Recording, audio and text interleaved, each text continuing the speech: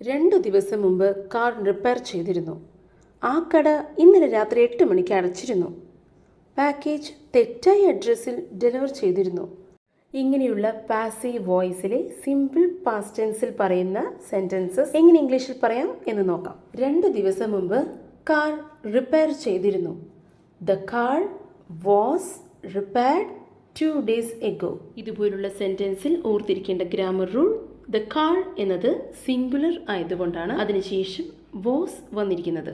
അതിനുശേഷം വരേണ്ടത് V3 form of the വെർബാണ്. റിപ്പയർ എന്നതിൻ്റെ V3 ഫോം റിപ്പയർഡ് ആണ് ഇവിടെ ഉപയോഗിച്ചിരിക്കുന്നത്.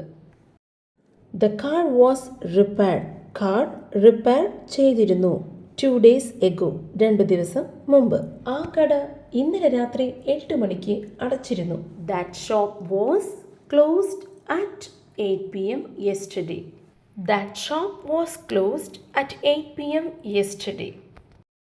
പാക്കേജ് തെറ്റായ അഡ്രസ്സിൽ ഡെലിവർ ചെയ്തിരുന്നു. The package was delivered to the wrong address.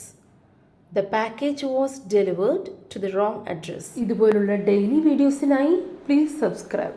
Thank you.